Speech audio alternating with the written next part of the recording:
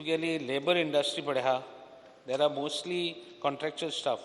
What steps you are going to take to see that contractual staff are reduced, and what steps you are going to take if contractual staff is there for number of years? Are you going to have a mechanism to increase their rates, whatever?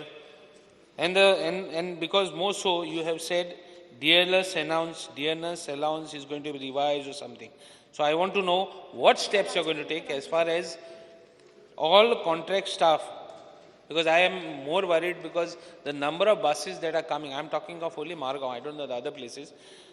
The number of buses, जेबड buses येता हे staff again, it's unbelievable. सारके Pepsi कसं start जाता इथे, सारको चोगले कॉलेजी को start जाता, हांव तेच्या पयलीं नावेलीन जातलें हांव ज्यो buses घेवन येता and that too bus चलत ती outsider rally. Even the bus पण चलता, bus service चलता ती outsider. Speaker sir, what steps you are going to take? खरें म्हटल्यार राज्याक अजून एम्प्लॉयमेंट पॉलिसी ना, लेबर पॉलिसी ना ना तांच्यांनी ते उत्तर दिले ते बरोबर आसा. काही जाण जे आसा पळय न्हू ते सेंट्रल लेबर कमिशनराच्या अंतर्गत येता. आमच्या मिनिस्टरान सांगलां ते बरोबर आसा, कारण मायनिगेंतले लेबर हे सेंट्रल लेबर कमिशनर येता म्हणून तांकां काडल्या उपरांत आमी कांयच करूं शकना.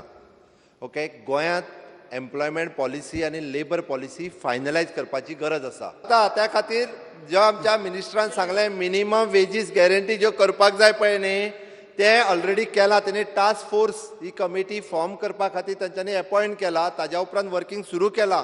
Already employment labour and employment मिनिस्ट्रीन ऑलरेडी वेबसायटीचेर तांच्यांनी सांगलां जितक्यो इंडस्ट्रीज आसा तांच्यांनी सगळ्यांनी रजिस्ट्रेशन कंपल्सरी करपाक जाय. आपल्या कडेन एट प्रेझेंट लेबर फोर्सीस कितें आसा तेय तांच्यांनी रजिस्टर्ड करपाक जाय. आपल्या कडेन खंयच्या इन वीच सेक्टर खंयच्या सेक्टरांत लेबर आमकां लागता तें सांगपाक जाय.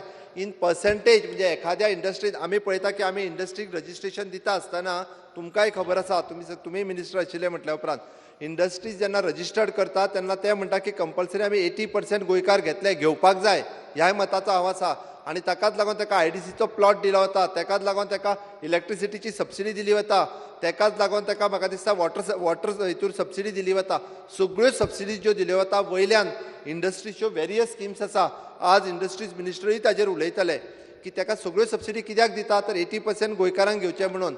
बट ताच्या कडेन ते हाजेर चेक दवरपा खातीर रेग्युलेटरी ऑथॉरिटी ना किंवा ते रायट्स जे आसा हे एम्प्लॉयमेंटा कडेन ना. आमकां ती जेन्ना पॉलिसी येतले तेन्ना आमकां इन वीच सेक्टर्स ताका खंयच्या स्किल्ड एम्प्लॉयड जर कितले जाय आसत त्या खातीर तितूर कंपल्सरी करचें पडटलें. एखाद्या कंपनीन जर 100 एम्प्लॉईज लागता आसत, हांव वर्कर कॅटेगरीचे उलयतां, जाल्यार ताका मिनिमम म्हणजे बाबा तेणी 60% हे तेणी परमनंट एम्प्लॉई घेवचे पडटले. तितूर तेणी 80% हे गोंयकार घेवचे पडटले. तो 100च्या 100 एम्प्लॉई जे आहा पळय न्ही हे कॉन्ट्रॅक्टाचेर घेवपाक पळयता. म्हणून तुज्या थंय त्यो बसी लागता, त्यो बसी आमकां बंद करपाच्यो आहा. स्पीकर सर, बसी बंद करता.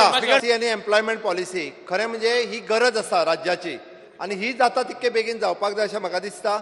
आनी त्या खातीर मॅक्झिमम टू मॅक्झिमम म्हणजे आमकां एक 6 म्हयन्या पर्यंत जे आसा पळय न्ही म्हाका दिसता 6 म्हयने लागतले हे करपाक. 6 म्हयने तरी मिनिमम पिरियड जाय आमकां.